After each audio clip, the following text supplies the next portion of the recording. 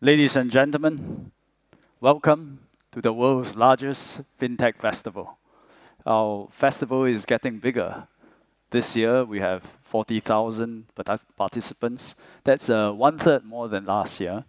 And this year, we also hope we have make your experience better and richer in content. We have put in topics that we think will be more interesting to you, such as the ASEAN market, financial inclusion, as well as AI in fintech. Our fintech journey in Singapore is a relatively young one. Fintech is relatively new in Singapore, but I think it's a very promising journey. The entire sector is bubbling with excitement. People are coming together, ideas are hatched, companies are formed, jobs are created, solutions are found to solve real problems. And the entire FinTech festival that we are here today epitomizes what is happening. So let me share the stories of 3 FinTech firms in Singapore. The first one is called MTech. It is in the business of foreign exchange, helping companies pay as well as collect money from their partners from overseas, as well as manage their FX risk. Second company, Silent 8. It is using AI to fight financial crime, and it is working with several global financial institutions, or FIs. The third, Thin Margin. As the name implies, its margin is quite thin, but I hope volume is quite big. But it is changing the concept of money changing to give clients better rates, greater convenience. Let's take a look at what the founders have to say. Something that was memorable for both of us, it's really, I think maybe opening a bank account. That was a tough process. In fact, we approached 19 banks, to get this running. So what happened is, during the last year FinTech Festival, we actually approached one of the senior management person from one of the banks about our agenda, how our business model is proven to be much safer than the existing money changers. From that, she sent out an email and we have a follow-up meeting with the rest of the team, and that's how we eventually managed to open a bank account. We went to a valley of death. We ran out of cash for 8 months. Nobody gets paid. So that's kind of our low point. But at the same time, that's also the point where we actually strengthened our resolve. The team members really got close to each other. And having a Singapore brand name as a FinTech Center of Excellence out there, it definitely helped us to connect with many of our potential partners, clients, and also investors that's out there. I was so surprised that we actually got an award. But come on, we won. Suddenly someone said, and now the award goes to Silent. And it was like, what? Signing big contracts, closing deals? Nope, that's not happened. But when we got this award, then we went crazy. So it's been 2 years since we last joined a proper salary from a day job. Of course, the stability is gone, but you get more excitement, you get more growth, and you get bigger dreams. For us, it's really about creating something and bring value to people. It's a job satisfaction that you cannot really get out of a full-time career.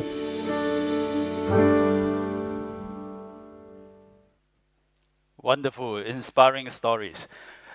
Today, I stand here facing quite tough competition because early in the morning, Prime Minister Modi said, come to India.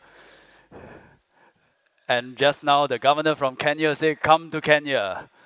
So today, I'm telling you, come to Singapore, and you're already in Singapore.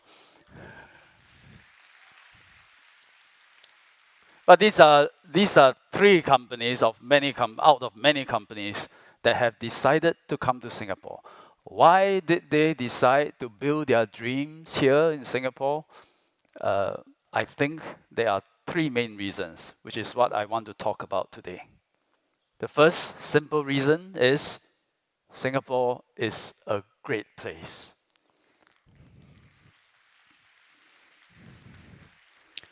Singapore is not a place just for crazy rich Asians. People from every country, not just Asians, are here in Singapore. You don't have to be rich. You can lead a fairly comfortable and affordable life here. You can be slightly crazy in Singapore, but to be utterly crazy is not very recommended in Singapore. but it is a city for everybody. But the way to think about Singapore, the best way, is to think about us geographically. We are at the crossroads of the world. The westernmost fringe of the Indian Ocean, the easternmost fringe of the Pacific Ocean. So this is where the sea lines of communications converge, the air links converge, and we are a node in this convergence. And this is how Singapore thinks, and this shapes who we are. Here in Singapore, it's safe. You can go out late at night and it's safe. And things work, whether it is transport, healthcare, public education, everything works well. Even if it doesn't work well, we will fix it. Rule of law is taken very seriously here, and we also take our security very seriously. So much so that when President Donald Trump and Chairman Kim Jong-un, they need to solve a problem, they decide to look for a place to have a meeting, they chose Singapore. We were volunteered. We have a diverse culture, and you can see that in our food, our art, our entertainment, our people. People from different religions, different backgrounds, different cultures, they come to Singapore, they live comfortably, safely, respect each other. Every minority have its own space to practice their religion and their culture, and at the same time respecting each other and respecting the common space that we have as Singaporeans. So much so that we all decided early years in our independence that we shall all use English as our main mode of working communications. We also understand that this city is all we got, so we have to cherish it. We are one of probably 2 rare cities in the world where you find a nature reserve in the middle of the city. The other, I think, is Rio de Janeiro. And if you take a walk in the nature reserves of Singapore, if you have time, you'll see more varieties of flora and fauna than the entire Europe or North America combined. We reclaim land to make part of the sea into a reservoir about 1/6 the size of Singapore. And over time, the salt water become fresh water, and it provides us with water for our sufficiency. We turn all our rubbish into dust by burning them, and we place them in the sea, and we created an artificial island, Pulau Semakau. And today, it is not an island of rubbish, it is an island of greenery, of flora and fauna as well. But most important, this is a great place to start a business. We are a node in Southeast Asia, a significant market, 650 million people, a rising middle class, a fairly high mobile and internet penetration rate with a lot more headroom to grow. So there's plenty of growth opportunity in the ASEAN market. And Singapore, we are a great springboard into this market. Why? Because there are 3,000 financial institutions already in Singapore. Every major local bank is already in Singapore. And these FIs, they may be traditional banks, maybe traditional financial institutions, but they are also fintech players. They want to collaborate with fellow fintech players, with startups. They want to be your customers, they want to be your partners. So take, for example, the 3 examples I surfaced just now. Silent8 and MDEC all did well in Singapore because they started off working with traditional financial institutions and established FIs. And there's also a supportive industry around fintech. Angel investors, venture capitalists, private equity, IT companies, managing consultants, headhunters, you name it. There's a whole ecosystem around the fintech industry. But besides being a springboard to ASEAN, we are also a springboard to the whole world. We have been busy forging free trade agreements for 20 years. And this was before we have trade wars and uncertainties about the multilateral trading system. Because we know, as a small country, we need trade to survive. And trade politics can be fickle.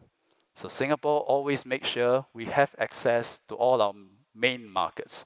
So today, who do we have FTAs with? Within the region, ASEAN, slightly the bigger Asia region, India, China, Japan, South Korea, Australia, New Zealand, further afield, the US, Canada, Mexico under the TPP, and soon EU once the FTA is ratified. So MAS too has been developing connections through a network of 25 fintech cooperation agreements with countries like US, UK, many of our ASEAN countries. Through these agreements, you can better enter these markets because you will get regulatory support.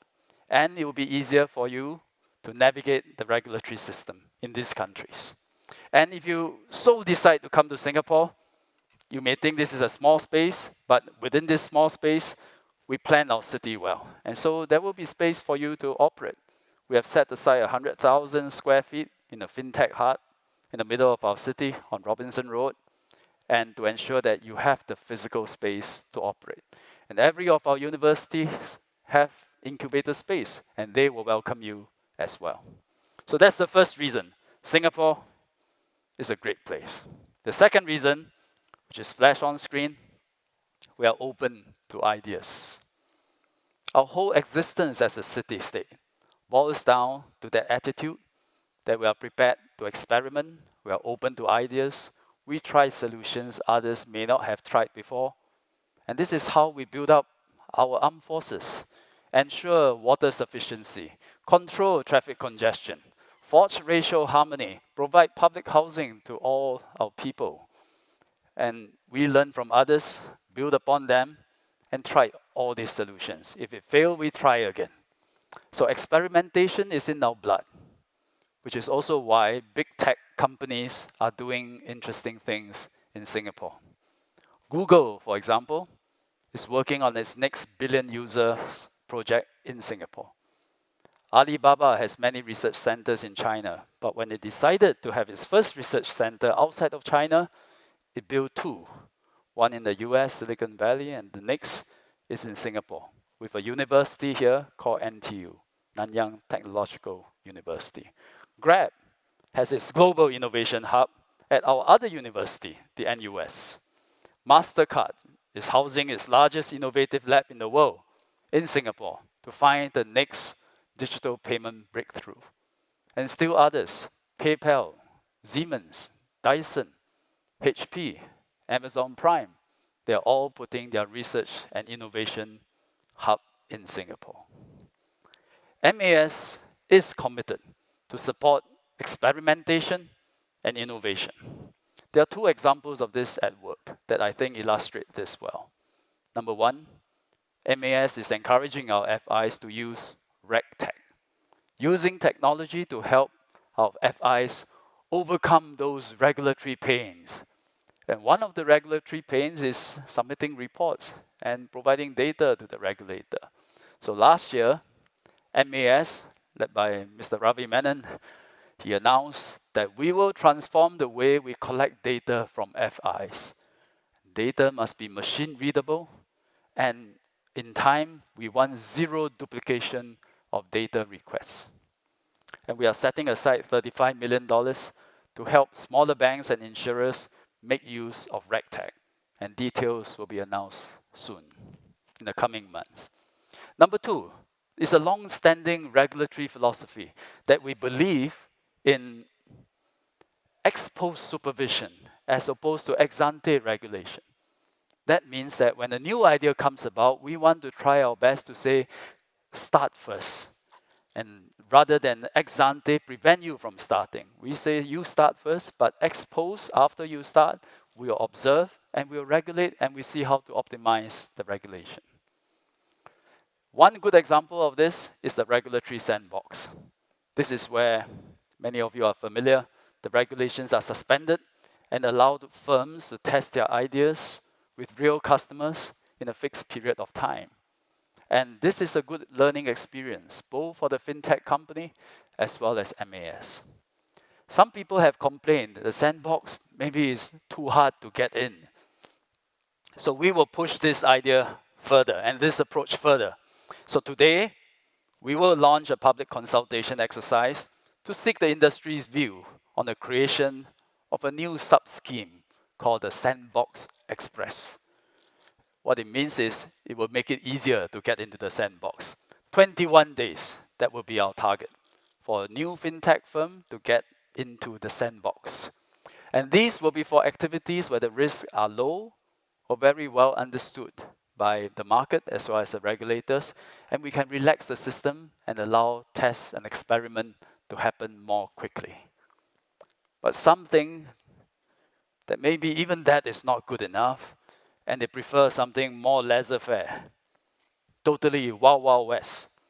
But Singapore, we are not that kind of regime, and that's why we regulate, because there are many, in the urban environment, there are various concerns.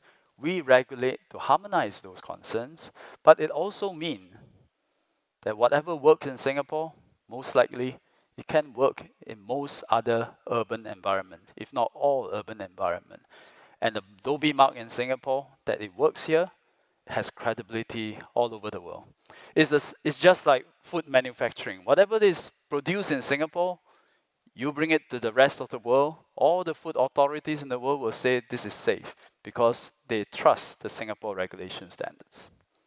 We did not go the way of certain laissez-faire regime where it is wild, wild west and you can start an idea and just run wild with it. One example is the e-payment system. When it's fully laissez-faire, the e-payment system or the wallets can grow so fast, it takes over the entire financial system. It bypasses the traditional financial services, and although it's convenient, it gives rise to prudential concerns. And they are closed-loop systems, which means different wallets don't talk to each other, they are not interoperable, and over time, that actually stifles competition. So when it comes to e-payment, we decided very consciously, let's take a little bit more time, but make sure that we have a system that is open architecture and promotes competition and supports fintech development. So e-payment in Singapore is rather unique. First, it works like any other e-payment system in the world. You can pay each other using your mobile phone, using each other's mobile phone numbers or ID numbers. But what is different is this. In the back end, we ride on the national infrastructure, an interbank transfer infrastructure that we call FAST. So all e-payment rides on that infrastructure. Then we open up that infrastructure for non-banks to participate as well. On the front end, we have a common QR code, regardless of payment modes, regardless of wallets. It is the first of its kind in the world. Everybody uses the same QR code. So therefore, one e-payment system with one backbone, one QR code, but many players in between. We took some time to get this architecture right because payment is fundamental.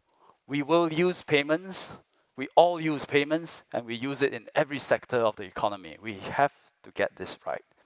And by ensuring that we have an open architecture and interoperability, we encourage competition and over time encourage innovation. Therefore, laissez-faire does not equal innovation in our context. The third reason why Singapore is we believe in skills and talent. To innovate, create new jobs in an area like fintech, we need a broad range of talent. Because fintech is neither all fin or all tech. It's not all fin because take for example, AI for security in financial institutions, you can apply it in a variety of sectors. E-payment function is fintech, but it rides on and it serves many other services, from games to retail to social networking to entertainment. We all use e-payment, regardless of what industry we are in. It is not all fin, it is also not all tech, because this industry do not just need techies and computer programmers. We need all kinds of people. People who know how to raise funds, people who can market, people who can manage people, people who are psychologists, artists, designers, anthropologists. We need a whole talent ecosystem. That's why the most important aspect of supporting fintech in the area of talent and skills is our education system. That is how we develop our talent. Education today in Singapore, and I'm Minister for Education as well, can no longer be about rote learning, didactic teaching, and acing of examinations. The most important function of education today is to nurture that joy and curiosity to learn in all our children. Because how else are you going to keep learning your whole life to keep up with technology and keep up with all the advancement of knowledge and skills? You need to have that passion and that hunger to equip you for your whole life. Fortunately, since 1997, we have been moving education to an inquiry-based approach. An inquiry-based approach, you are required to work in teams. You are given some basics, but after that, you work in teams, you are hands-on, you're solving real problems, and that approach is more likely to spur an inner curiosity and motivation in our children to learn. Recently, we removed, for every 4 examinations, we remove 1. And with that, we free up time so that schools and teachers have more time to go through their curriculum to implement inquiry-based learning and more hands-on applied learning to nurture the interest and the joy of learning. We don't believe in forcing all our young to learn coding, because if you are so young in primary school and you learn coding, there's a good chance, in fact, I think it's guaranteed, that by the time they enter the workforce, that language is outdated. But instead, we focus on the fundamentals for our young children. What are the fundamentals? Values, literacy, and numeracy. So in math, our focus is problem solving that exercises the young in their computational, analytical, and logical thinking.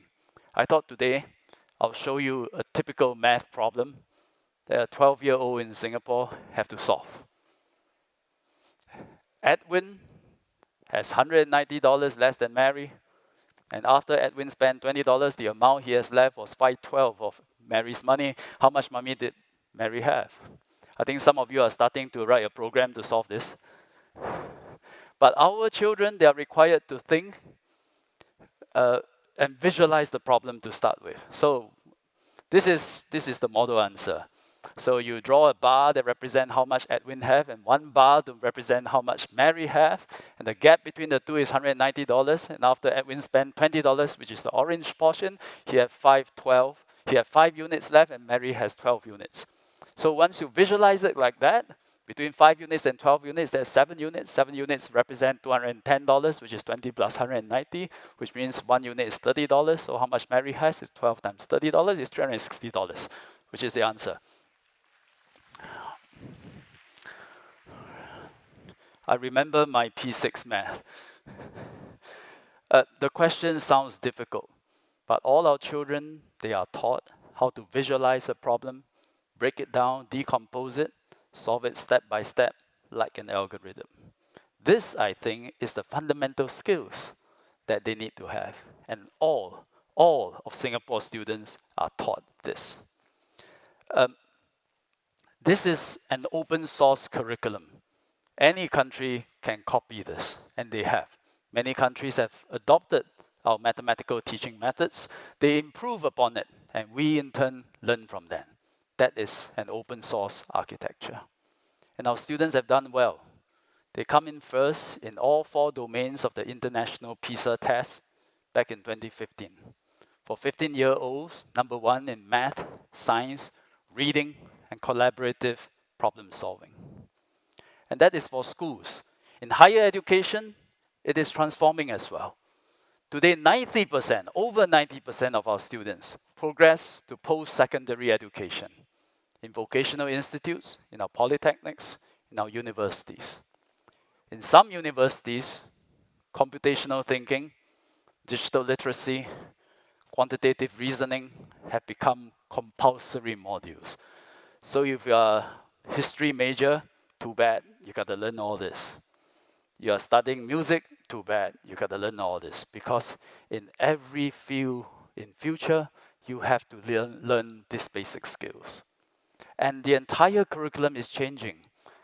A lot less lectures, a lot less tutorials, but a lot more projects, prototyping, internships, overseas exposures, community immersion, even entrepreneurial stints.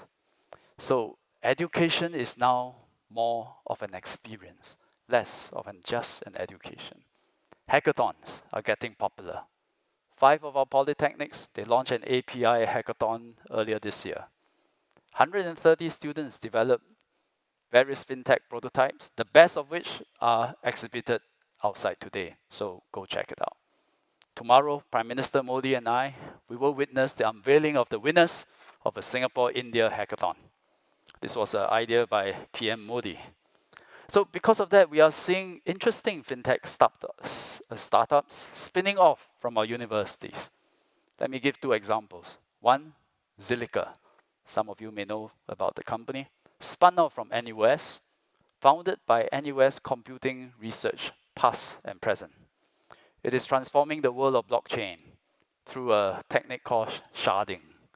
It is a concept that's developed within NUS.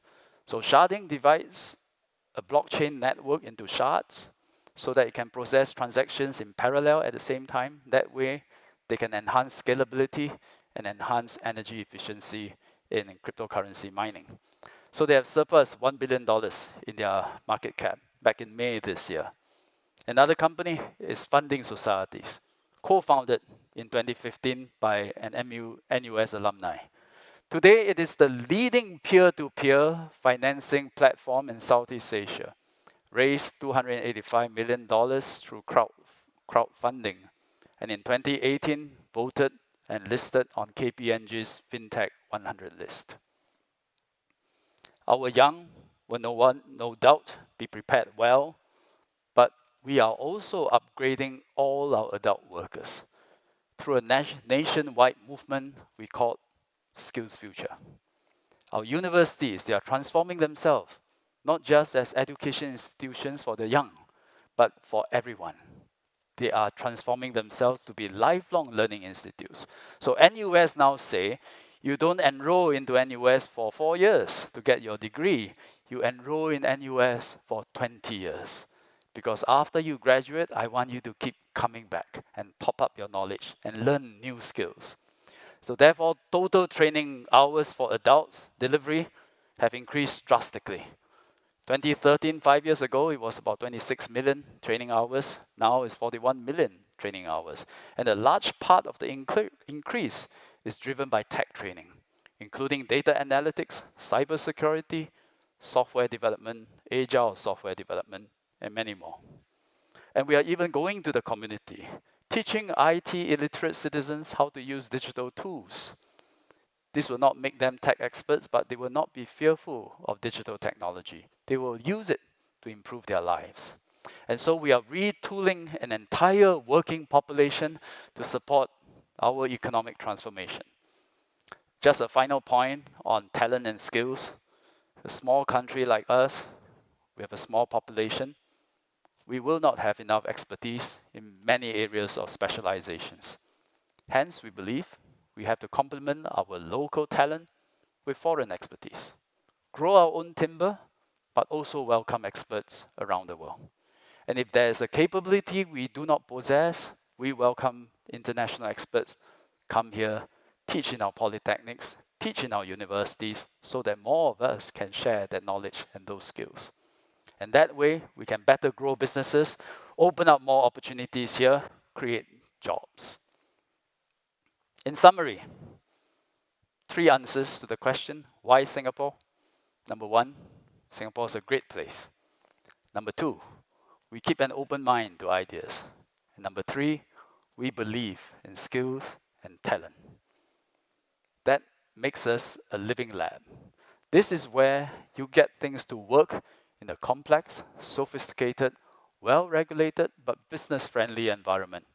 If it works here, it works everywhere else in the world. So I hope I can convince you on that. But if you're not convinced, it's okay.